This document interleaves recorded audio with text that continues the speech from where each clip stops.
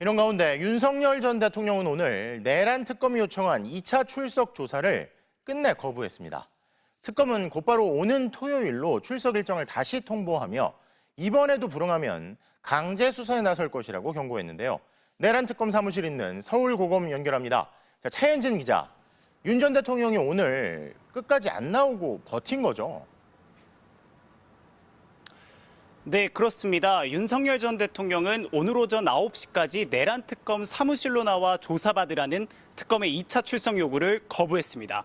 취재진이 오전에 서울고검 청사 앞에 모여 상황을 지켜봤지만 윤 전 대통령은 끝내 모습을 보이지 않았습니다. 특검 출석 요구에 윤 전 대통령이 불응한 건 이번이 처음인데요. 그러자 특검은 곧바로 윤 전 대통령 측에 5일, 그러니까 토요일 오전 9시에 출석해 조사를 받으라고 다시 통보했습니다. 마지막 출석 통지라고 강조했습니다. 내란 사건 재판이 목요일에 열리는 것을 감안해 금요일 하루 쉬고 토요일에 출석하겠다는 윤 전 대통령 측 입장을 일부 수용한 겁니다. 윤 전 대통령 측은 일단 특검이 통지한 5일엔 출석하겠다는 방침을 세우고 시간을 조율하겠다고 했는데 특검 측은 조금 전 공지를 통해 윤 전 대통령의 출석 시간 조정 요청을 수용하지 않는다고 밝혔습니다.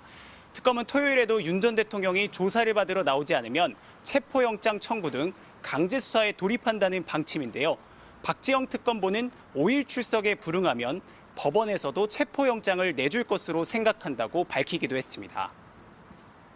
자, 날짜가 마음에 안 든다, 시간이 마음에 안 든다, 조정해달라 이런 얘기가 계속 나오고 있는데 자, 특검은 수사기간이 정해져 있는데 토요일에 만약에 윤 전 대통령이 출석을 하면 무려 일주일 만에야 두 번째 조사가 이루어지겠네요. 그리고 오늘도 특검에서 다른 소환 조사가 이어졌는데 윤석열 정부가 계엄을 하려고 북한과의 군사적 충돌을 유도했다. 이런 의혹에 대해서도 살피고 있다고요.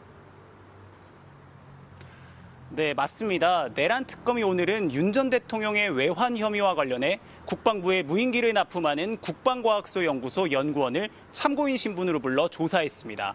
특검은 윤 전 대통령과 김용현 장관이 지난 10월 북한에 무인기를 보내 군사적 충돌을 유도하는 등의 형태로 비상계엄 명분을 쌓으려 했다는 의혹을 수사하고 있죠. 연구원을 상대로 북한이 공개한 무인기와 우리 군 무인기의 유사성뿐 아니라 납품 과정 전반을 확인한 것으로 보입니다. 내란 특검은 또 윤석열 전 대통령을 상대로 비상계엄 선포 직전 진행된 국무회의 관련 조사를 진행하면서 당시 국무위원들에 대한 소환 조사도 이어간다는 방침이고요. 김건희 특검과 순직해병 특검은 내일 각자 현판을 달고 정식 출범합니다. 지금까지 서울고검에서 전해드렸습니다.